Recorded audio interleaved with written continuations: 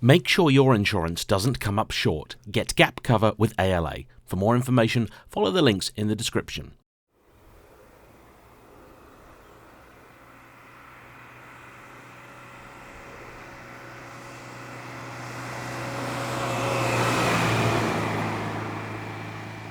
Hello everybody. When it comes to talking about a holy trinity of cars, many petrolheads will instantly think of the Ferrari LaFerrari, Porsche 918 and the McLaren P1.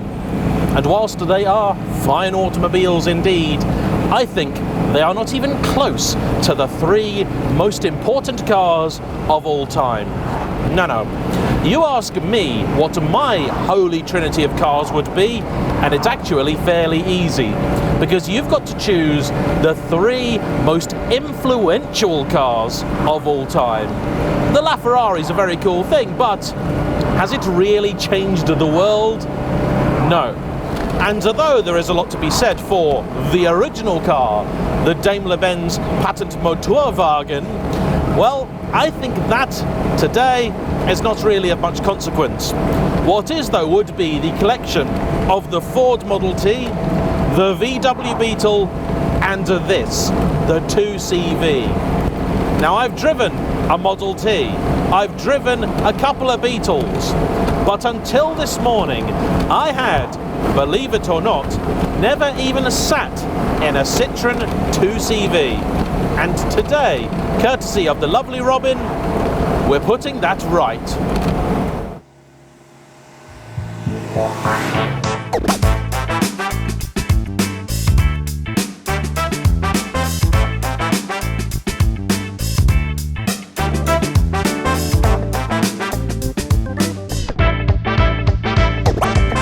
First things first, I want to apologise for the almost inevitable wind noise. See, it being rather warm here in Britain, and the 2CV lacking air conditioning, I figured it'd be a good idea to give me a little bit of ventilation. I might have gone a bit overboard, and in fact, what I might do in a moment is see how I close this window, which is possibly not as simple as it sounds. I'm sure it is very, very easy, but what I don't want to do is apply any force the wrong way and break something on Robin's lovely car, which he hasn't had for all that long. And if you're looking at it thinking it seems a bit familiar, that might be because it is almost identical to that you would have seen in the James Bond film For Your Eyes Only. You see, after the good Mr. Bond has parted with his glorious Giugiaro-penned Lotus Turbo Esprit, I think possibly my favourite Bond car, he winds up in one of these.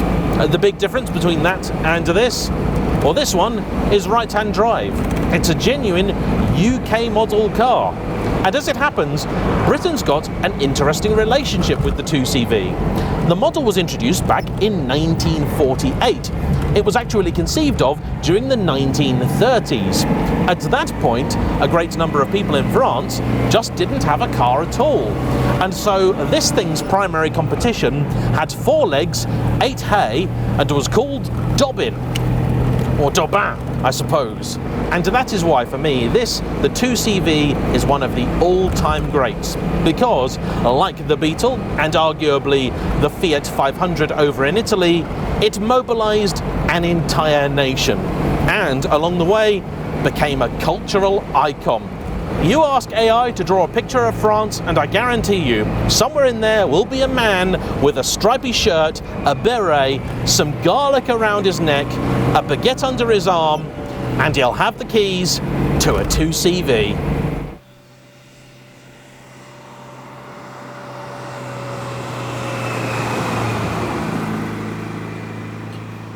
Now, doesn't everything seem to be going swimmingly for me and the 2CV? Well, stick around and in about 5 minutes you'll find out why I am certainly not the Citroen's biggest fan.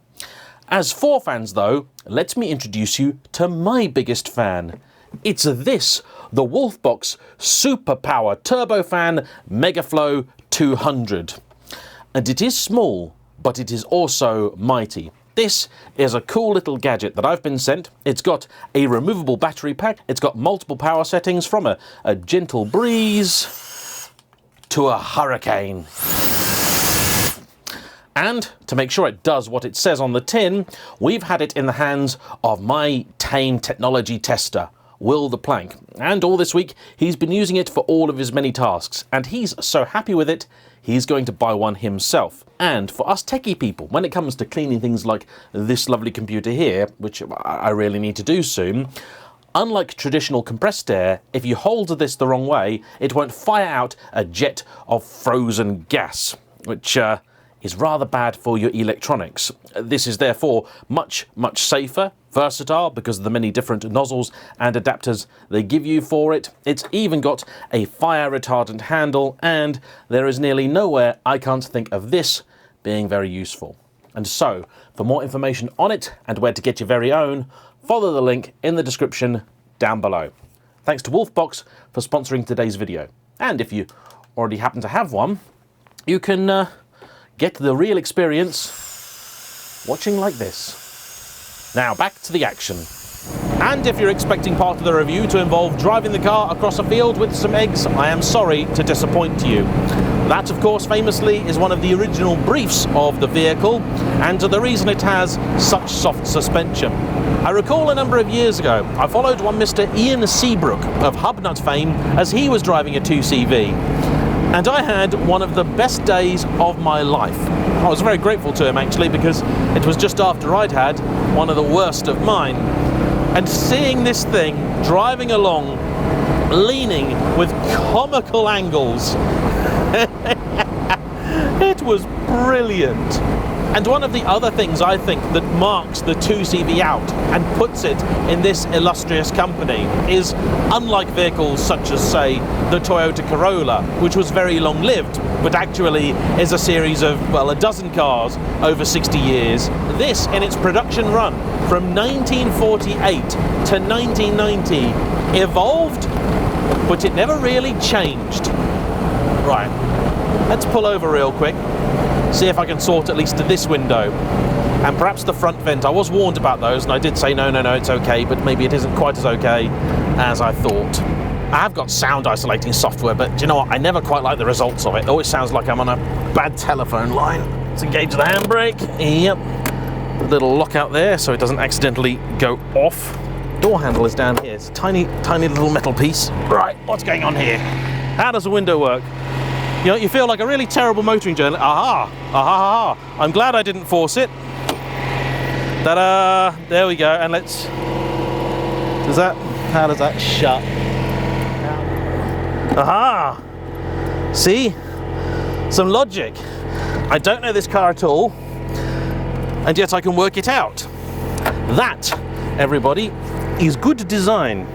And of course, being a car of a certain age, and not luxurious, this is a deliberately simple affair. Do you know what, normally I'd be really annoyed when I'd stopped off to make an adjustment and then someone gets in front of me, but here I am the roadblock.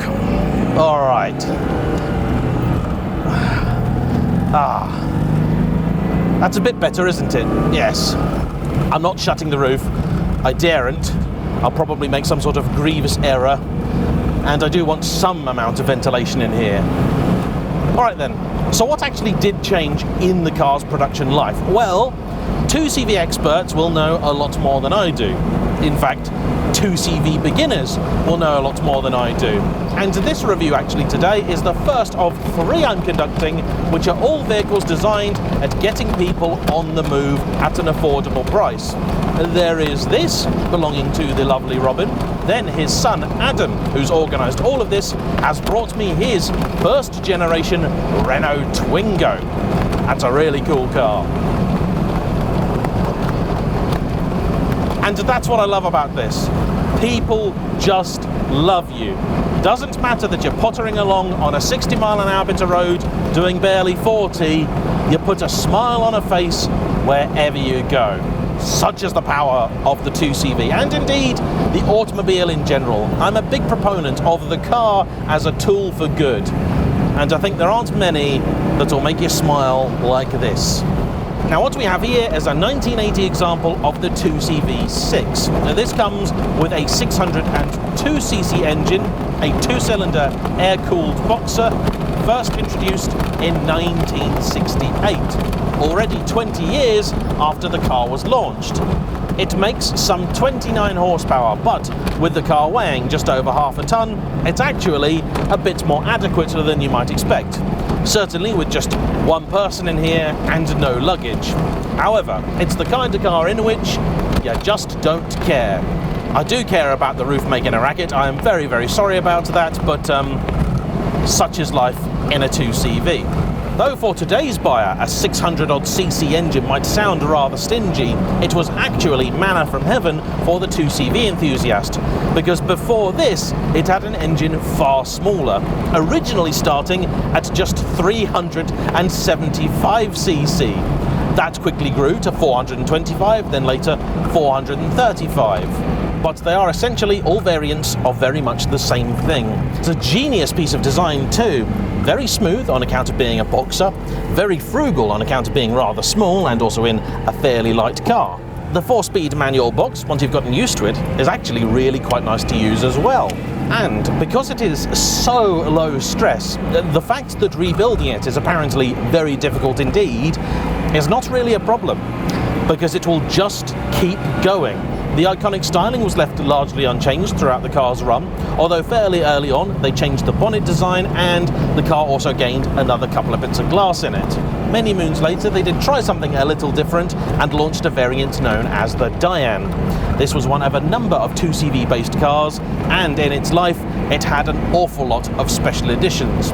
They include the British-built glass fibre Bijou, the Chilean Citroen pickup, the upmarket Art Deco-inspired Charleston, the beach buggy Mahari, its ultra-low-cost cousin the FAF, and the madcap twin-engine Sahara 4x4, amongst countless other 2CV-based project and kit cars.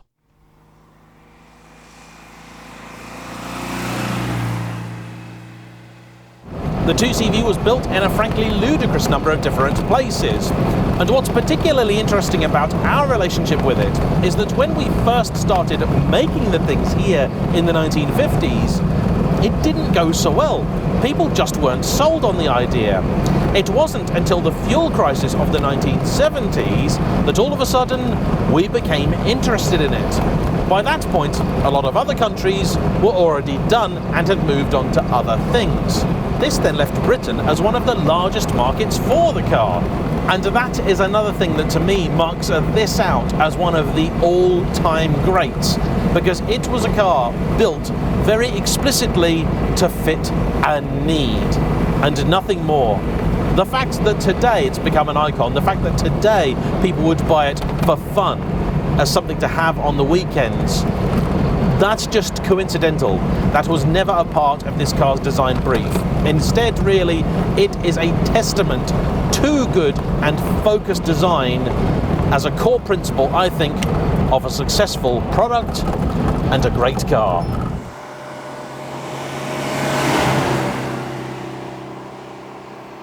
Now, for me, this is not the kind of car that I've ever really lusted after. I'm sure many people feel the same way.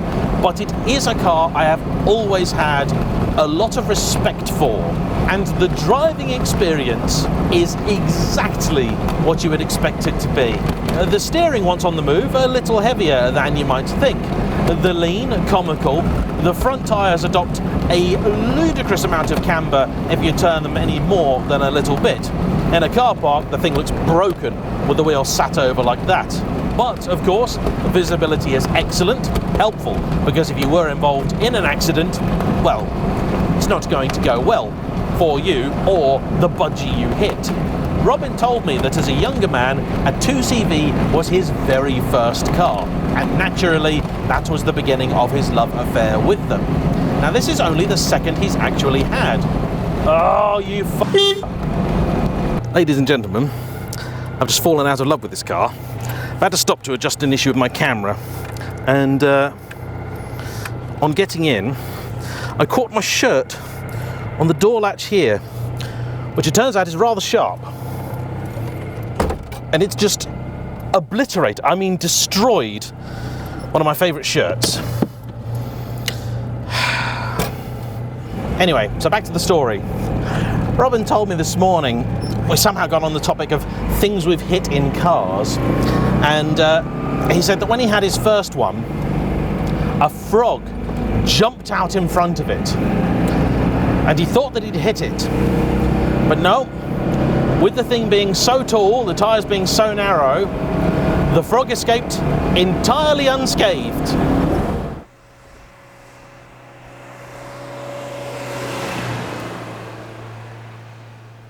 I'm really upset now.